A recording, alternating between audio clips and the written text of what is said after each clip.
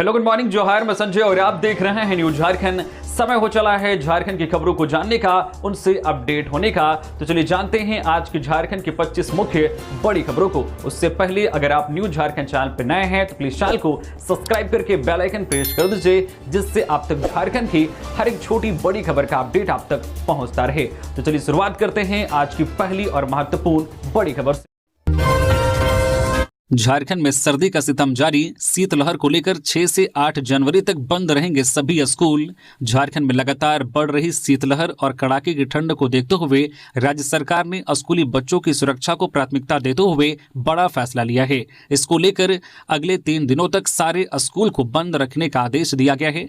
स्कूली शिक्षा एवं साक्षरता विभाग ने आदेश जारी कर राज्य में संचालित सभी सरकारी, गैर सरकारी सहायता प्राप्त, गैर सहायता प्राप्त अल्पसंख्यक विद्यालयों सहित निजी विद्यालयों में आज 6 जनवरी से 8 जनवरी तक कक्षाएं स्थगित करने का निर्देश दिया गया है। यह आदेश प्री नर्सरी और नर्सरी से लेकर कक्षा 12वीं तक के सभी विद्यालयों पर समान रूप से लागू होगा। विभाग की ओर से जारी आदेश में स्पष्ट किया गया है कि यह निर्णय बच्चों के स्वास्थ्य को ध्यान में रखते हुए लिया गया है। शीतलहर के चलते न्यूनतम तापमान में लगातार गिरावट दर्ज की जा रही है, जिससे छोटे बच्चों और किशोर विद्यार्थियों के बीमार पड़ने का खतरा बढ़ गया है। ऐसे में राज्य सरकार ने एहतियातन स्कूलों को बंद रखने का फैसला किया है, ताकि किसी भी प्रकार की अनहोनी से बचा जा सके।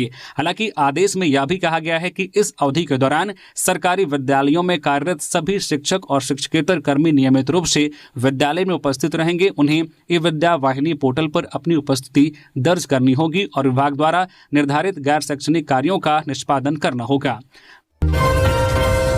शीतलहर की चपेट में झारखंड। अगले 2 दिनों में 2 से 3 डिग्री गिरेगा पारा। मौसम विभाग ने जारी किया अलर्ट। पूरा झारखंड शीतलहर की चपेट में है। मौसम विभाग ने अगले 2 दिनों में न्यूनतम तापमान में 2 से 3 डिग्री सेल्सियस गिरावट आने की संभावना जताई है। वहीं 13 जिलों में शीतलहर चलने का अलर्ट जारी किया गया है।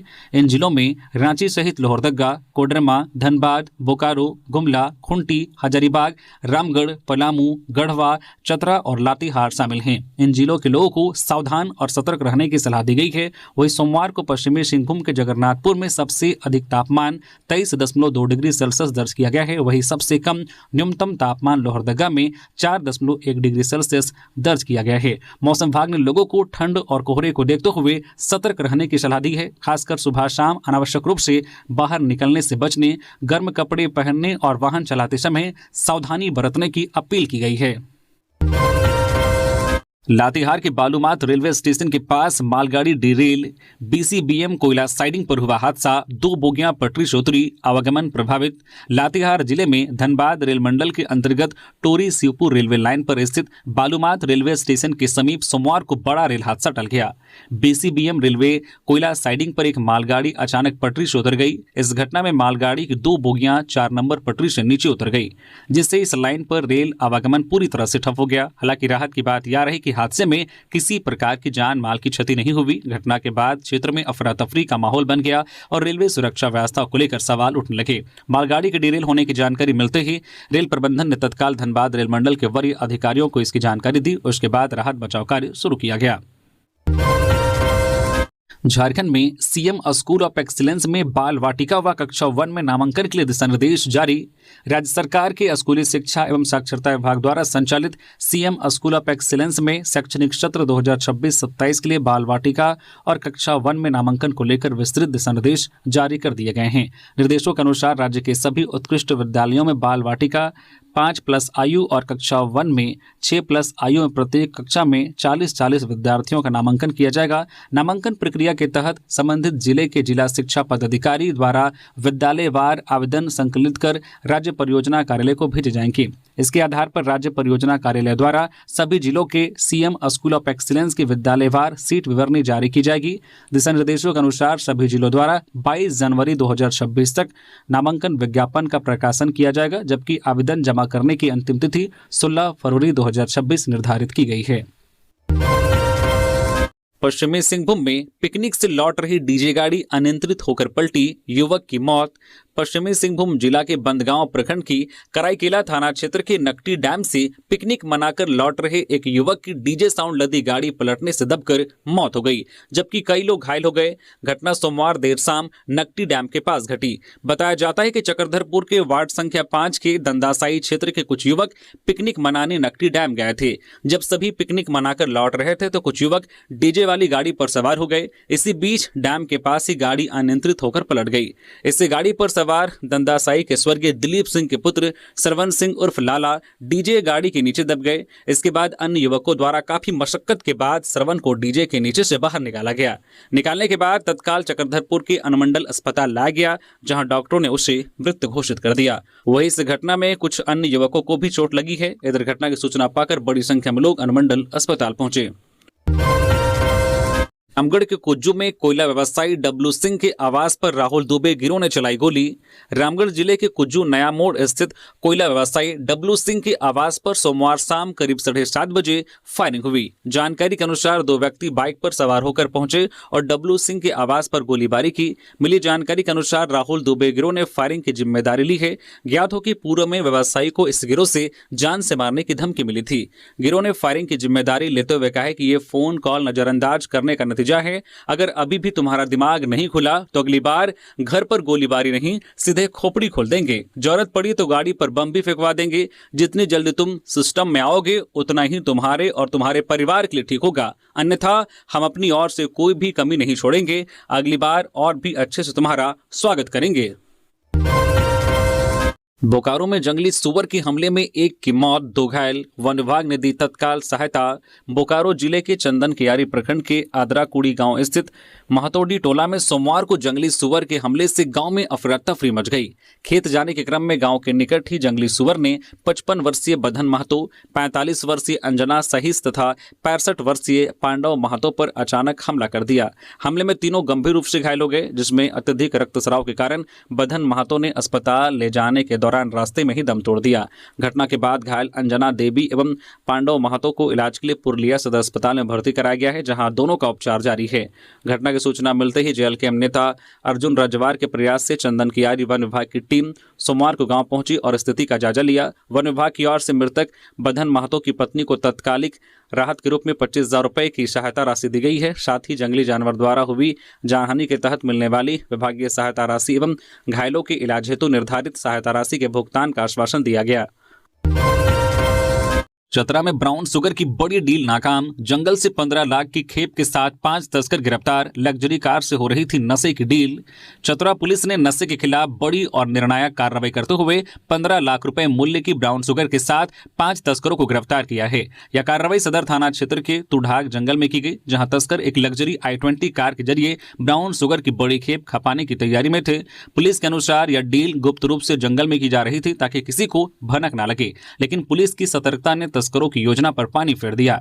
इस कार्रवाई को चतरा पुलिस की अब तक की बड़ी नशा विरोधी कार्रवाई माना जा रहा है। पुलिस अधीक्षक सुमित अग्रवाल को गुप्त सूचना मिली थी कि तुढ़ाग जंगल में i20 कार के जरिए नशीले पदार्थों की बड़ी डील होने वाली है। सूचना की गंभीरता को देखते हुए एसडीपीओ संदीप सुमन और सदर थाना प्रभारी विपिन कुमार के नेतृत्व में एक विशेष छापामारी दल का गठन किया गया। पुलिस टीम ने बताए गए स्थान पर पहले से ही घेराबंदी कर ली और दबोच लिया। पकड़े गए तस्करों की तलाशी लेने पर उनके पास से 31.19 ग्राम अवैध ब्राउन शुगर बरामद की गई, जिसकी अंतर्राष्ट्रीय बाजार में कीमत करीब 15 लाख रुपए आंकी गई है। पुलिस ने मौके से तस्करी में इस्तेमाल की जा रही सफेद रंग की i20 कार और 5 स्मार्टफोन भी बरामद की गई है। रामगढ़ में श्री महाकाल महोत्सव सुभाष चौक पर 8 वर्षों से हो रहा आयोजन, हजारों भक्तों की उमड़ी आस्था। रामगढ़ शहर के सुभाष चौक पर श्री महाकाल महोत्सव का भव्य आयोजन किया गया, जिसमें श्रद्धा और आस्था का सैलाब उमड़ पड़ा। रामगढ़ संघर्ष समिति की ओर से आयोजित यह महोत्सव पिछले 8 वर्षों से लगातार किया जा रहा है और इसे रामगढ़ जिले का सबसे बड़ा धार्मिक आयोजन माना जाता है। कार्यक्रम की शुरुआत सुबह 8 बजे भगवान महाकाल के भव्य श्रृंगार के साथ हुई। इसके बाद वैदिक मंत्रोच्चार के बीच रुद्राभिषेक संपन्न कराया गया। गया। अनुष्ठानों के उपरांत महाआरती का आयोजन हुआ, जिसमें बड़ी संख्या में श्रद्धालु शामिल हुए। पूरे आयोजन के दौरान सुभाष चौक का माहौल भक्तिमय बना रहा और हर हर महादेव के जयकारों से वातावरण गूंजता रहा। महाआरती के बाद विशाल महाभंडारे का आयोजन किया गया, जिसमें हजारों श्रद्धालुओं ने महाप्रसाद ग्रहण किया। भक्तों की सुविधा और सुरक्षा को ध्यान में रखते हुए आयोजन स्थल पर विशेष इंतजाम किए गए थे। देवघर में मुख्य निर्वाचन आयुक्त का बीएलओ संवाद, मतदाता सूची की शुद्धता को बताया लोकतंत्र की रीढ़, ईमानदारी से दायित्व निभाने की अपील। देवघर में भारत के मुख्य निर्वाचन आयुक्त ज्ञानेश कुमार ने सोमवार को बीएलओ बूथ लेवल ऑफिसर संवाद कार्यक्रम में हिस्सा लिया। तपोवन स्थित श्री श्री मोहन आनंद +2 विद्यालय परिसर में आयोजित इस कार्यक्रम में जिले के विभिन्न विधानसभा क्षेत्रों से आए बीएलओ से उन्होंने सीधा संवाद किया। इस दौरान मुख्य निर्वाचन आयुक्त ने बीएलओ की भूमिका की सराहना करते हुए कहा कि मतदाता सूची की शुद्धता लोकतंत्र की मजबूती का आधार है। उन्होंने कहा कि चुनावी प्रक्रिया की नींव सही और त्रुटि रहित मतदाता सूची पर टिकी होती है और इसे तैयार करने में बीएलओ की भूमिका सबसे महत्वपूर्ण होती है। कार्यक्रम में बड़ी संख्या में बीएलओ मौजूद थे, जिन्हें निर्वाचन आयोग के दिशा निर्देशों की जानकारी भी दी गई। गढ़वा जिले में ओझागुनी के शक में बेटे ने ली पिता की जान, आरोपी गिरफ्तार। गढ़वा जिले के बड़गढ़ थाना क्षेत्र के गड़िया गांव में एक बेटे ने अपने वृद्ध पिता की कुल्हाड़ी से हत्या कर दी। घटना के 24 घंटे के अंदर पुलिस ने पूरे मामले का खुलासा किया और आरोपी बेटे को गिरफ्तार कर लिया है। पूरा मामला ओझागुनी के अंधविश्वास से जुड़ा है। दरअसल गढ़वा जिले के बड़गढ़ थाना क्षेत्र के गड़िया गाँव में 65 वर्षीय वृद्ध चंद्रिका राम की कुल्हाड़ी से मारकर हत्या कर दी गई थी। पुलिस के अनुसार चंद्रिका राम के बड़े बेटे ने ही ओझागुनी के अंधविश्वास के शक में टांगी कुल्हाड़ी से मारकर उनकी हत्या कर दी है। रंका एसडीपीओ रोहित रंजन सिंह ने बताया है कि घटना की जानकारी मिलने पर एक टीम गठित की गई। इस टीम में भंडरिया इंस्पेक्टर साहब, बड़गढ़ थाना प्रभारी के साथ पुलिस अवर निरीक्षक राजेश वर्मा भी थे, जिन्होंने घटना की जांच की, जिसमें पता चला है कि 65 साल के चंद्रिका राम के बड़े बेटे नागेंद्र राम को अंधविश्वास के चक्कर में अपने पिता पर ओझा होने का शक था। इसी शक में रात में उन्हें अकेला सोते देखकर उसने मौके का फायदा उठाया और घर में रखी कुल्हाड़ी से उसकी हत्या कर दी। पुलिस की कड़ी पूछताछ के बाद आरोपी नागेंद्र राम ने अपना गुनाह स्वीकार कर लिया। उन्होंने बताया कि घर पर उसके बच्चे लगातार बीमार रहते थे। उसके पिता पहले ओझागुनी करते थे। इसी शक में आकर उसने अपने पिता की हत्या कर दी।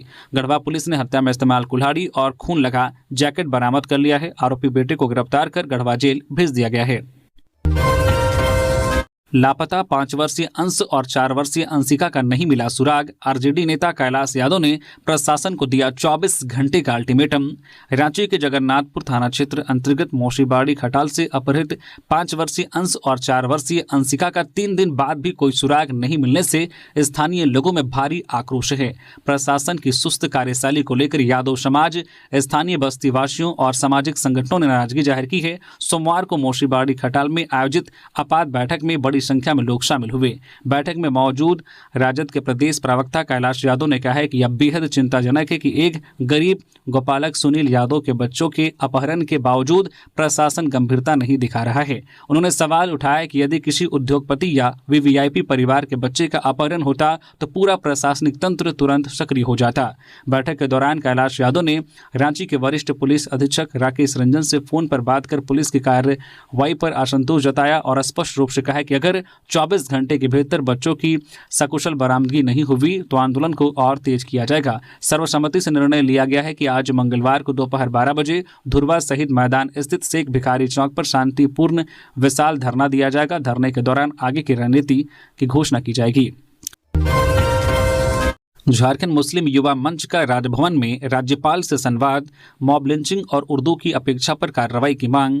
रांची में झारखंड मुस्लिम युवा मंच के एक उच्च स्तरीय प्रतिनिधिमंडल ने राज्यपाल से मुलाकात कर राज्य में बढ़ती मॉब लिंचिंग की घटनाओं और उर्दू भाषा की अपेक्षा जैसे गंभीर मुद्दों को उठाया। प्रतिनिधिमंडल ने इन विषयों पर एक विस्तृत ज्ञापन सौंपते हुए संवैधानिक अधिकारों की रक्षा की मांग की। प्रतिनिधिमंडल ने राज्य के विभिन्न जिलों में हुई मॉब लिंचिंग की घटनाओं का उल्लेख करते हुए दोषियों पर त्वरित और कठोर कानूनी कार्रवाई की मांग की। साथ ही लिंचिंग के शिकार परिवारों के पुनर्वास को लेकर सरकारी नौकरी, बच्चों की मुक्त शिक्षा, सम्मानजनक मुआवजा और स्वास्थ्य बीमा जैसी सुविधाएं उपलब्ध कराने की अपील की गई। ज्ञापन में यह भी कहा गया है कि झारखंड की द्वितीय राजभाषा होने के बावजूद उर्दू भाषा को शासकीय भवनों में उचित स्थान नहीं दिया जा रहा है। प्रतिनिधिमंडल ने मांग की है कि भाषाई समानता और संवैधानिक मूल्यों के अनुरूप सभी प्रमुख सरकारी भवनों पर उर्दू भाषा को सम्मानजनक स्थान दिया जाए। जमशेदपुर में रेल फाटक पर पीछे लुढ़की बस ने मारी स्कूटी में टक्कर, 16 वर्षीय अंजलि की गई जान, 10 साल की बच्ची गंभीर। जमशेदपुर के परसोडी थाना क्षेत्र अंतर्गत बारीगोड़ा रेल फाटक के पास सोमवार को हुई भीषण सड़क दुर्घटना में 16 वर्षीय किशोरी अंजलि कुमारी की मौके पर ही दर्दनाक मौत हो गई, जबकि उसके साथ स्कूटी पर मौजूद 10 वर्षीय चचेरी बहन गंभीर रूप से घायल हो गई। घायल बच्ची को तत्काल टाटा मोटर्स अस्पताल में भर्ती कराया गया है, जहां उसकी हालत चिंताजनक बनी हुई है। प्रत्यक्षदर्शियों के अनुसार रेल फाटक बंद होने के कारण जो है रहरगुड़ा से साक्षी की ओर जाने वाली भोले शंकर बस फाटक के पास खड़ी थी। आरोपी की बस चालक और खलासी बिना हैंड ब्रेक लगाए बस छोड़कर चाय पीने चले गए। इस दौरान बस अचानक पीछे की ओर लुढ़क गई और पीछे खड़ी स्कूटी को कुचलते हुए अपनी चपेट में ले लिया। हादसे में जान गंवाने वाली अंजलि कुमारी परसुडी थाना क्षेत्र के बारीगोड़ा सुभाष टोला की रहने वाली थी। वह किसी जरूरी सामान की खरीदारी के लिए घर से निकली थी। उसके साथ उसकी चचेरी बहन निधि कुमारी भी थी, जिसकी उम्र करीब 10 से 12 वर्ष बताई जा रही है। घटना के बाद इलाके में अफरा तफरी मच गई और बड़ी संख्या में स्थानीय लोग मौके पर जुट गए। आक्रोशित लोगों ने प्रशासन के खिलाफ विरोध प्रदर्शन करते हुए सड़क जाम कर दिया। देखते ही देखते गुस्सा बढ़ा और लोगों ने रेलवे ट्रैक भी जाम कर दिया, जिससे यातायात पूरी तरह से ठप हो गया। इस दौरान आक्रोशित भीड़ ने बस में भी तोड़फोड़ की, जिससे वाहन को भारी नुकसान पहुंचा है। बदले मौसम का असर गहराया, रांची में वायरल से लेकर हार्ट से जुड़ी बीमारियों में इजाफा। झारखंड में पड़ रही कड़ाके की ठंड का असर अब राजधानी रांची के लोगों की सेहत पर साफ दिखाई देने लगा है।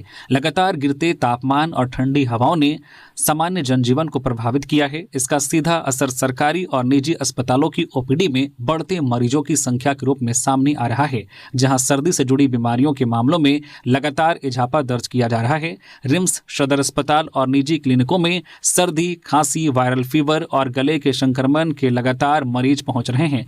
रिम्स के पीडियाट्रिक ओपीडी में रोजाना 40 से 50 बच्चे इलाज के लिए आ रहे हैं। डॉक्टरों के अनुसार तापमान में अचानक बदलाव बच्चों की प्रतिरोधक क्षमता को कमजोर कर रहा है, जिससे ये वायरल संक्रमण की चपेट में आ रहे हैं। मौसम का प्रभाव बच्चों तक सीमित नहीं है, वयस्कों और बुजुर्गों में भी ठंड से जुड़ी स्वास्थ्य समस्याएं बढ़ी हैं। मेडिसिन विभाग के चिकित्सकों का कहना है कि गले का संक्रमण, खांसी, बुखार और सांस की दिक्कत के मामलों में इजाफा हुआ है। डॉक्टरों ने लोगों को बिना सलाह दवा लेने से बचने की हिदायत दी है, खासकर एंटीबायोटिक के इस्तेमाल को लेकर। झारखंड सशस्त्र पुलिस वन ने मनाया 146वां स्थापना दिवस।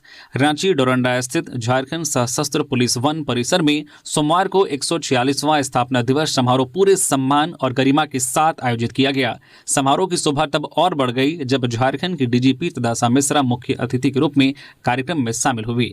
कार्यक्रम की शुरुआत मुख्य अतिथि द्वारा शहीद स्मारक पर माल्यार्पण कर शहीद जवानों को श्रद्धांजलि देने के साथ हुई। इसके बाद झारखंड सशस्त्र पुलिस वन के जवानों ने अनुशासन, एकता और शौर्य का परिचय देती भव्य परेड प्रस्तुत की। वहीं इस परेड में कुल 4 प्लाटूनों ने भाग लिया, जिनकी कदमताल और ड्रिल ने दर्शकों को मंत्रमुग्ध कर दिया। परेड के बाद सांस्कृतिक कार्यक्रमों का आयोजन किया गया, जिसमें जवानों की प्रतिभा और झारखंडी संस्कृति की झलक देखने को मिली। नाम बदले जाने के विरोध में कांग्रेस का मनरेगा बचाओ संग्राम का शुभारंभ।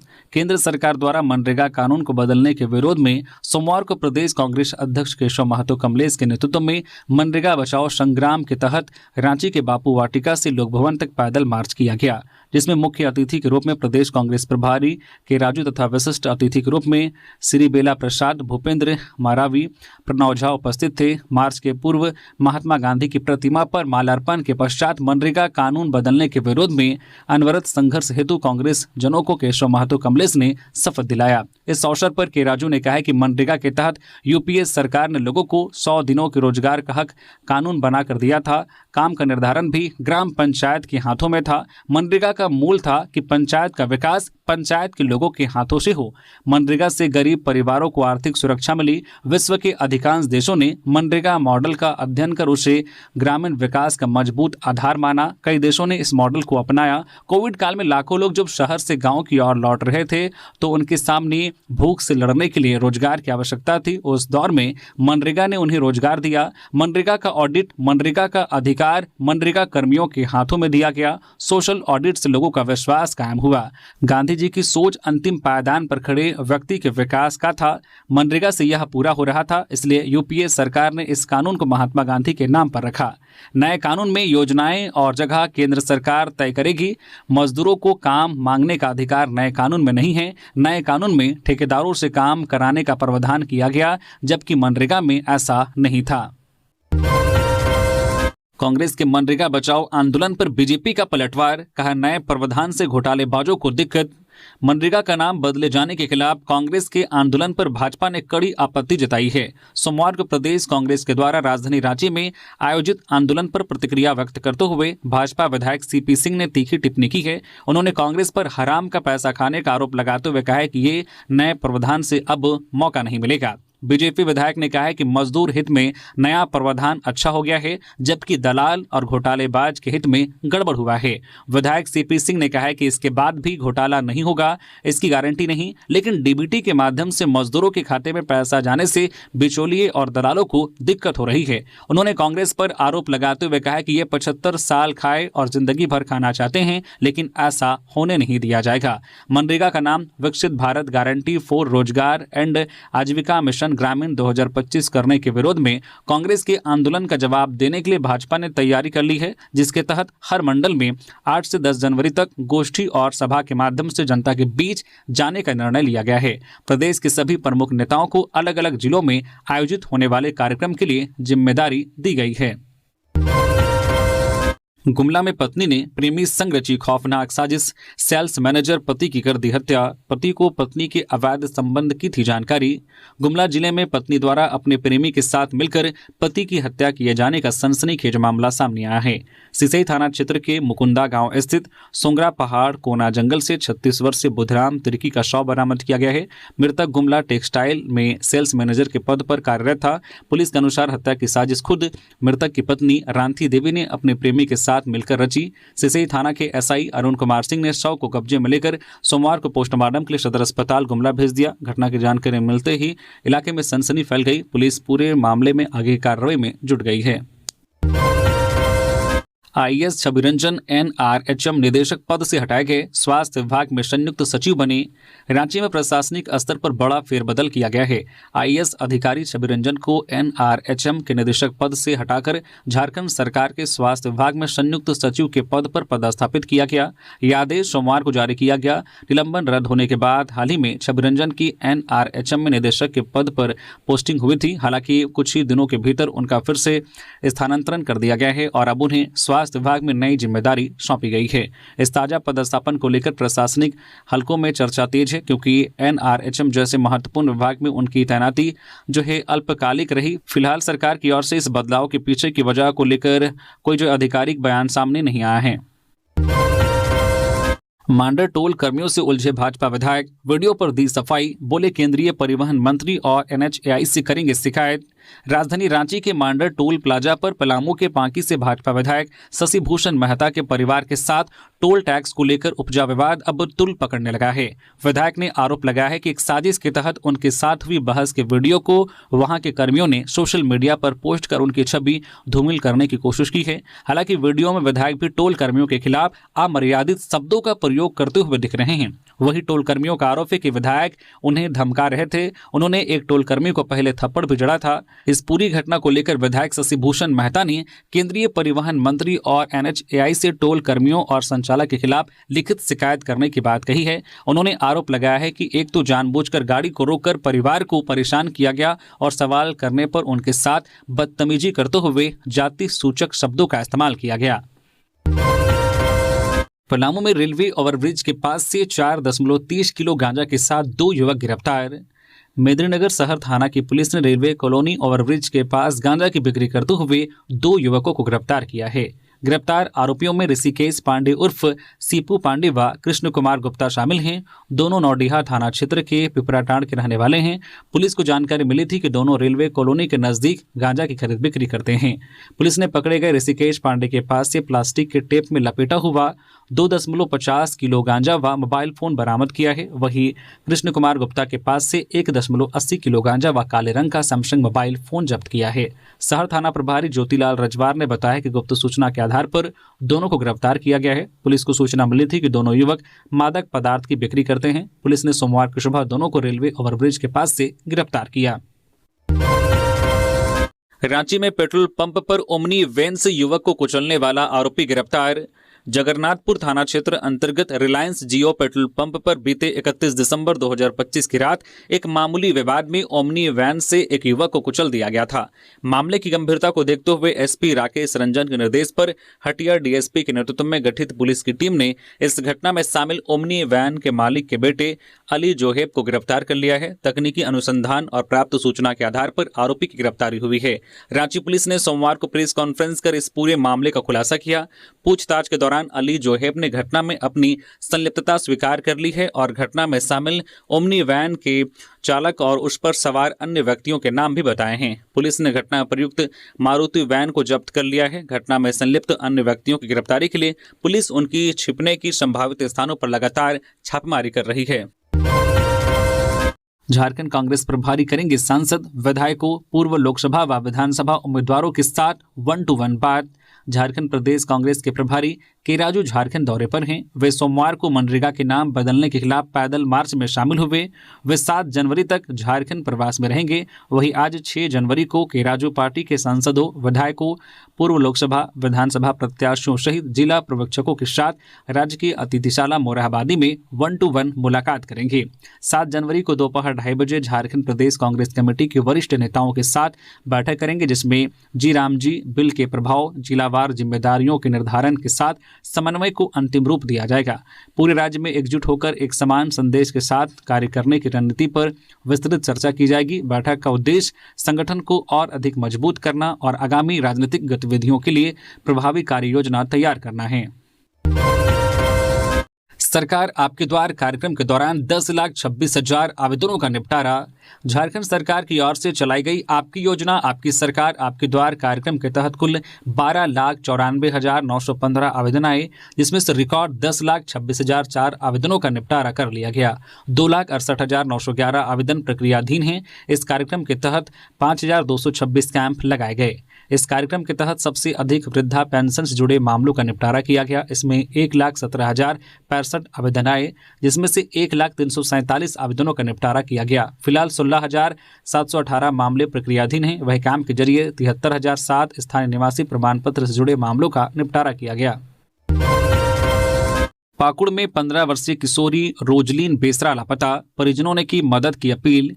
पाकुड़ जिले के लिट्टीपाड़ा थाना क्षेत्र के ताल पहाड़ी गांव की 15 वर्षीय रोजलीन बेसरा घर से लापता हो गई है। किशोरी ने 1 जनवरी 2026 को सुबह लगभग 10 बजे घर से बाहर जाने के बाद वापस नहीं लौटी।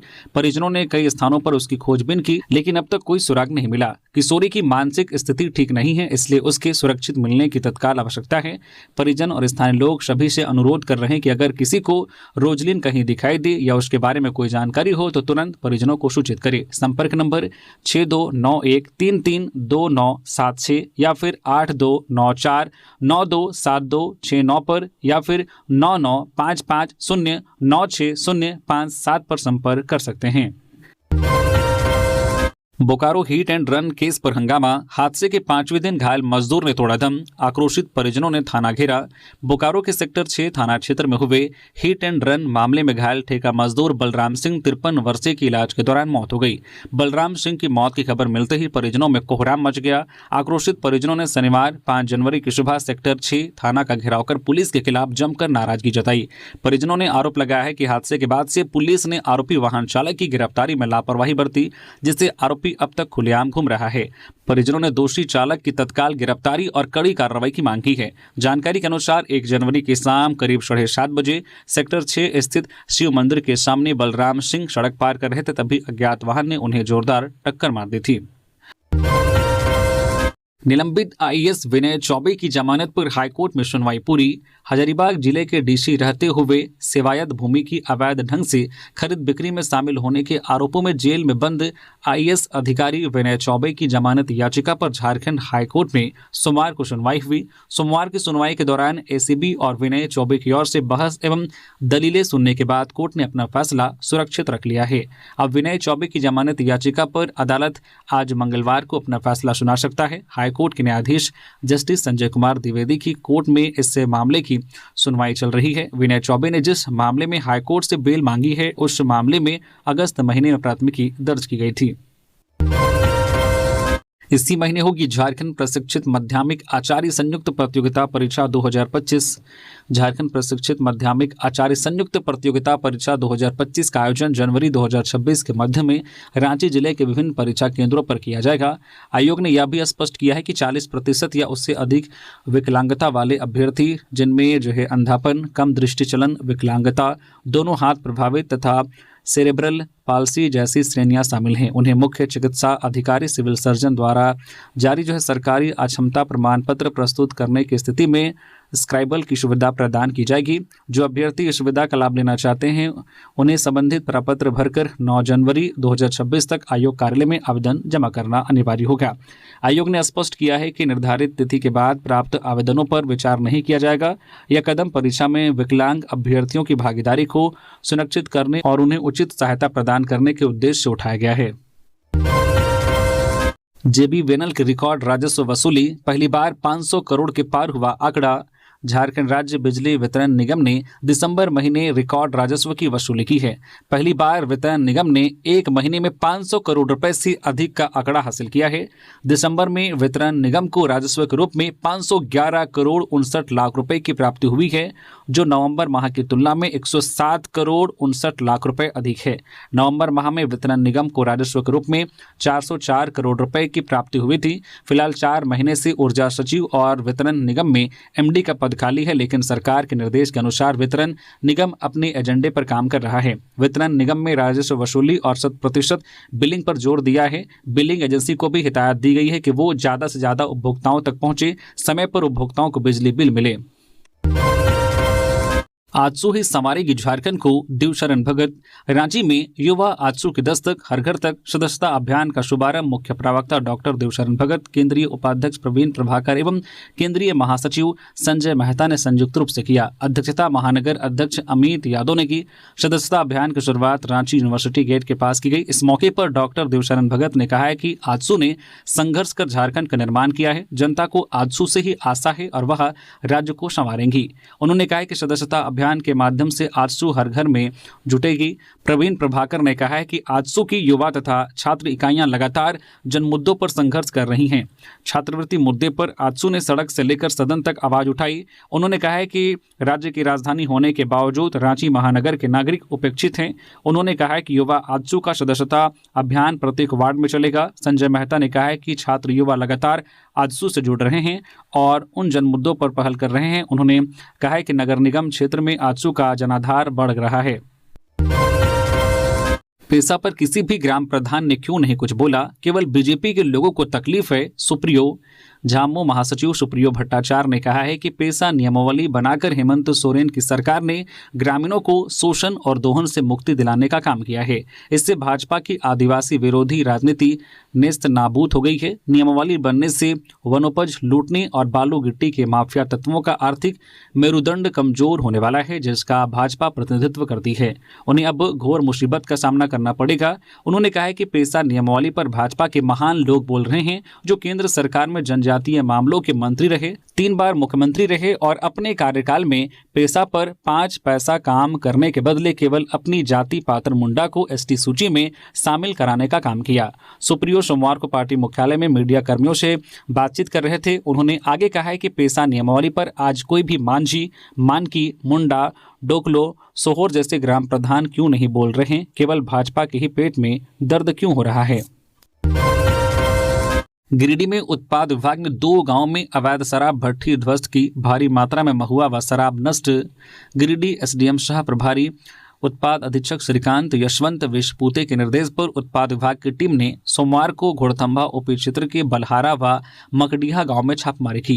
टीम ने दोनों गांव में अवैध शराब की भट्ठी ध्वस्त की। इस दौरान टीम ने करीब 600 किलो जावा महुआ व 135 लीटर महुआ शराब को जब्त कर नष्ट कर दिया। बताया गया है कि अवैध शराब के कारोबार में शामिल 3 लोगों के खिलाफ प्राथमिकी दर्ज की गई है। फरार अभियुक्तों की गिरफ्तारी के लिए छापेमारी अभियान चलाया जा रहा है। छापेमारी दल में उत्पाद विभाग के अवर निरीक्षक रवि रंजन व उनकी टीम के सदस्य शामिल थे। रांची में east zone inter university football tournament का भव्य उद्घाटन। रांची विश्वविद्यालय की मेजबानी में east zone inter university football tournament 2025-26 का भव्य उद्घाटन सोमवार को बिरसा मुंडा फुटबॉल स्टेडियम में हुआ। यह टूर्नामेंट 5 जनवरी से 11 जनवरी तक आयोजित होगा। उद्घाटन समारोह में विश्वविद्यालय के कुलपति डॉक्टर धर्मेंद्र कुमार सिंह ने दीप प्रज्वलित कर कार्यक्रम की शुरुआत की। कुलपति ने सभी टीमों के खिलाड़ियों का स्वागत करते हुए कहा कि फुटबॉल केवल जीत हार का खेल नहीं बल्कि टीम वर्क और खेल भावना को बढ़ावा देने का माध्यम है। उन्होंने खिलाड़ियों से अनुरोध किया है कि वे अनुशासन बनाए रखें और टूर्नामेंट का आनंद खेल भावना के साथ ले। तो ये थी आज की झारखंड की टॉप बड़ी खबरें। इसी तरह से झारखंड की हर एक छोटी बड़ी खबर देखने के लिए आप हमारे चैनल न्यूज झारखंड चैनल को सब्सक्राइब करके बेल आइकन प्रेस कर दीजिए, जिससे आप तक झारखंड की हर एक छोटी बड़ी खबर का अपडेट आप तक पहुंचता रहे। तो अभी के लिए बस इतना ही, हमें दीजिए इजाजत, फिर मिलते हैं किसी और खबरों के साथ। धन्यवाद।